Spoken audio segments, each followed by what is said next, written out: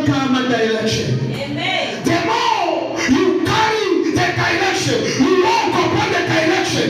In the process of walking in the direction, you see the hand of God. Sometimes the Holy Spirit will join you until the miracle be born. Amen.